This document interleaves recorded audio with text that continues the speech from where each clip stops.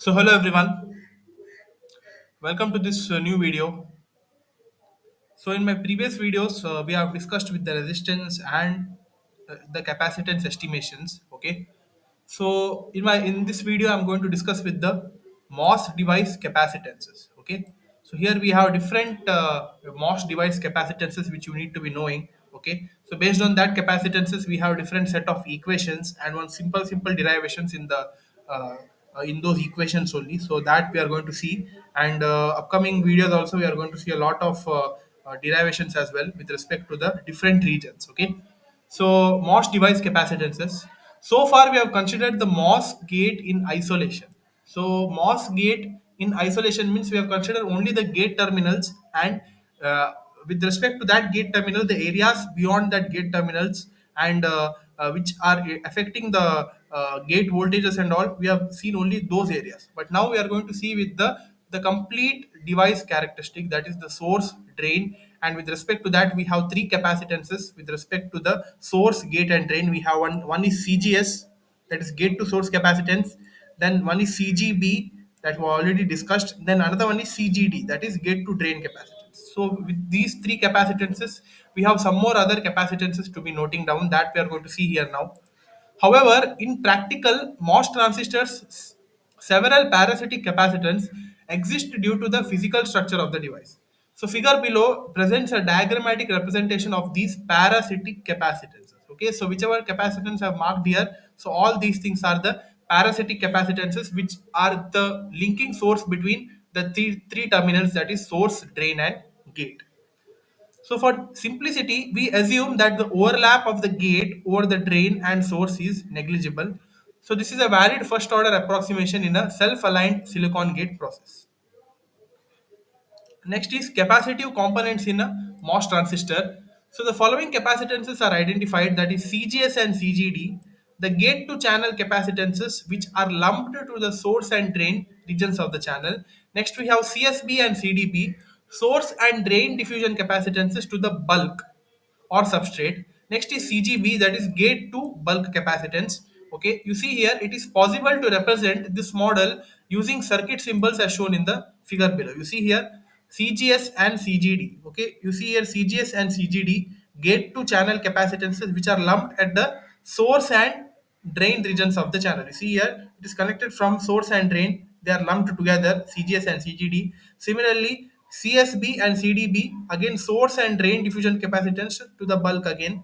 Okay, it is connected from source and drain again. Okay, which forms a circular path here. Okay, then we have CGB, that is gate to bulk capacitance. Okay, so from gate terminal we are given it to the bulk, that is one half semicircle it's going to get formed, and this is the circuit symbol for all these parasitic capacitances in order to just to represent it. Okay, in a particular transistor which consists of four terminals: gate, drain, source, and body. Okay, so here the connections you see here: CGD, that is gate to drain. Then we have CGS, that is drain, gate to source. Then we have drain to body, CDB. Okay, drain to body. Then we have CSB, again from source to body, and CGB is from gate to body. Okay, according to that only the capacitances are connected, and this is the diagrammatic representation of them. So the total gate capacitance Cg is given with respect to one equation. So this is very important equation, that is Cg is equal to Cgb plus Cgs plus Cgd. Okay, so this is the total gate capacitance. Okay, so now let us see the gate capacitance in different operating regions. So we have already discussed the operating regions in the second module. Okay, so some of the different operating regions are cutoff region, linear region, and saturation region. Okay, in these three different operating regions we have different gate capacitances that we are going to see here now. So the behavior of the gate capacitance depends on the region of operation on the MOS transistor. So the capacitance values can be approximated using simple models in each region. Okay, first is off region or the cutoff region. So in cutoff region we have VGS is less than VT. Okay, or it is less than or equal to VT.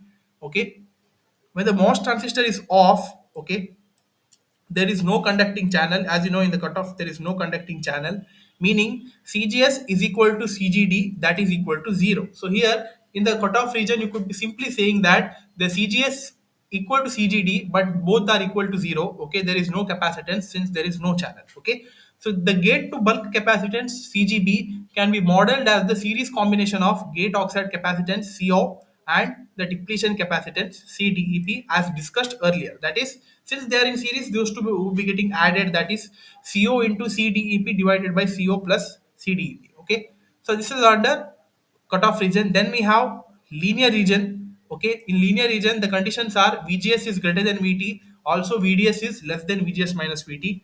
So in this region, the depletion layer depth remains relatively constant. Okay, the depletion depth here in this case is constant. So with respect to that, if that depletion layer depth is constant, so the consequent CGB also would be remaining constant since those two are interrelated to each other. So as a conducting channel forms, the gate to channel capacitance CGS and CGD become significant. Okay, so these capacitances depend on the gate voltage. Okay, that is VG. So and can be estimated as the following equation here. You see here, CGD is equal to CGS, which is equal to 1 by 2 into epsilon naught into epsilon SiO2 divided by TOX, okay, into the area. Okay, so where in this case the epsilon naught is the dielectric constant and the TOX is the oxide capacitance, thick oxide capacitance. Then we have area, that is area between the region. Okay, so this was under linear regions. This is one equation you need to remember. Okay, this one I'm highlighting it, very important. Next is saturation region. So in saturation region, the condition is VGS is less than VT and VDS is greater than VGS minus VT. So in this region, the channel is heavily inverted, okay, and the drain end of the channel is pinched off. Okay, since we know that the channel pinches off in saturation region, so this causes CGD to be approximately equal to zero. So since the channel would be pinching off, the gate to drain terminal, that is CGD, would be equal to zero, while CGS increases to two-third of the CGD. Since this CGD is zero, so all the value of CGD would be coming towards the CGS. Okay, so the equation would be given as 2 by 3 into epsilon naught into epsilon SiO2 divided by TOX into A. Okay, so the behavior of the input capacitances in these three regions of operation is summarized in the table. Okay, so which and all, however, which and all are the equations here with this table, it would be very clear to you all. Okay, so here in this case, epsilon is equal to epsilon naught into epsilon SiO2. So the parameters are, first is CGB. When for CGB in cutoff we have epsilon A divided by TOX. In linear and saturation it is 0. CGS in cutoff it is 0, and for linear it is 1 by 2 epsilon A divided by TOX. For saturation it is 2 by 3 epsilon A divided by TOX. Then CGD in cutoff it is 0. Then in linear region it is 1 by 2 into epsilon A by TOX, and in saturation it is 0. Then the final gate capacitance, that is the sum of these three, that is CGB plus CGS plus CGD. Okay, if you add these three cutoff values, that is these three values, you will be getting the same answer. So here if you add 1 by 2 and this 1 by 2, so 1 by 2 plus 1 by 2 is 1, so our answer is epsilon A by TOX. So here 0 and this value, if you add with 0, again the same value we would be getting it as the final gate capacitance. Okay, so with these three we have compared with the three different regions, okay, of the intrinsic MOS gate capacitances, and also we have compared this with the total gate capacitance CG in all the three regions. Okay, so this was all about the gate capacitance. So now next we have effect of gate overlap. Okay, so what would be happening if we have the gate overlapping? So if the gate overlaps the drain and source as in the metal gate process, then a fixed parasitic capacitance due to the overlap area and separation must be added to CGS and CGD. Okay, so if we have any gate overlapping taking place, one change what we need to be doing is we should be adding the uh, overlap area and separation must be added to the CGS and CGD. Okay, so despite the voltage dependence of some capacitance components, the overall gate capacitance CG for an end device is approximately equal to the intrinsic gate oxide capacitance for all gate voltage values except near the threshold voltage as illustrated in the figure. Okay, so here you see here the figure, if you see, observe very carefully the figure, between the range of 0 and the threshold voltage VT. Okay, here we have the slight change in the graph, but if you compare with the other values, it remains constant. So that only it mentioned here, that is for all gate voltage value except near the threshold voltage as illustrated. So here this is the nearest value under the threshold voltage, the capacitance won't be getting passed, it would be low, but for all other regions it would be high. Okay, so that this figure shows that the same thing, so please note it down. Since the transistors in digital circuits transition through this threshold region rapidly, a conservative approximation would be given, that is Cg is equal to COX times A, where COX is the thin oxide capacitance per unit area, and that is given by epsilon SiO2 into epsilon naught divided by TOX. Okay, so this is the equation for COX you need to be remembering. Okay, so based on that, we have, based on this formula, we have one simple numerical here. Okay, they have given some values. Okay, based on that they've calculated the COX. Just go through it and try to analyze it. So this is one kind of capacitance now. Diffusion capacitance. Okay, so MOS device capacitances, we have one more kind of capacitance, that is diffusion capacitance. So in MOSFETs, the source and drain regions are formed by shallow N plus and P plus diffusions. So these diffusion regions also act as interconnects in some layouts. Okay, all diffusion regions have capacitance to the substrate or well, which is known as the diffusion capacitance. It is given by the symbol CD. The CD arises due to the reverse biased junction between diffusion and substrate. Okay, so this is the main reason how the CD would be arising. That is, it would be happening due to the reverse bias junction between the diffusion and the substrate. It depends on voltage across the junction, that is Vj, and area of the depletion region, which that is base area and sidewall area. So the capacitance model. So in this case, in order to define the depletion capacitance, we need some parameters which you need to be knowing. That is, one is CJA.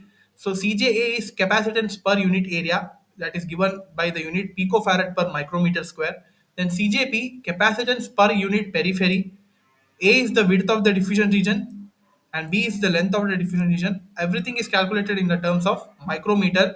So that's why the total diffusion capacitance is given in this equation, that is CD is equal to CJA into AB plus CJP into 2A plus 2B. Okay, so this is the total diffusion capacitance considering these four capacitance model in mind. Okay, so this is just the illustration part about how these diffusion capacitances work. So you see here we have one polysilicon layer and the diffusion layer where we have source diffusion area. So this whole thing is source diffusion area and this is the drain diffusion area. So here source to drain diffusion area, according to that only, this is the top view where we have four capacitances with respect to CJP. Okay, and this is the source diffusion, drain diffusion along with the substrate. So if we analyze this, we would be getting this equation. Okay, where we have the length and width A and B. Okay, so you see here for CJA, that is capacitance per unit area, that is multiplied by A into B. But here plus CJP, that is capacitance per unit periphery. Per unit periphery means you should be considering the whole figure. Okay, so here if you consider this whole figure, we would be having A twice here. We have one A here and one area here. Okay, along with that one B here and one B here as well. Okay, so that's why we would be getting two times of 2A and 2B. So CJA is only for one region, either it would be source diffusion area or drain diffusion area. But for capacitance per unit periphery, you should be considering the whole area of diffusion where we have two areas. So where we have two width and two length, that is 2A plus 2B. Okay. So this is one example calculation. So this is not required. So next we'll go with one more kind of capacitance, that is routing capacitance. Okay. The routing capacitance arises between the interconnect layers, for example, metal or poly, and the substrate or other layers. It is crucial in estimating interconnect delay and dynamic power consumption. Okay, so parallel plate model approximation, the capacitance between layers can be estimated using the parallel plate capacitance model. So the parallel plate capacitor equation in general, you know, right? It is given by C is equal to epsilon A divided by T. Okay, where C is the capacitance, epsilon is the dielectric constant of the insulating material, A is the overlapping areas, and T is the thickness of the insulator. Okay, so the limitations of this model they are mentioned here. So scaling and fringing, so these things are not required. So yeah, That's all for this video, guys. So in this video we have discussed MOS device capacitances, we have discussed parallel plate capacitors, routing capacitors, diffusion capacitors, and everything in detail with some equations we have discussed. So hope you hope you will go through these concepts which I have discussed. Okay, the notes will be available in the description. Go and access it and read this because this is a very important notes. So that's all, guys. We'll see you in the next video with some other important concepts. Thank you.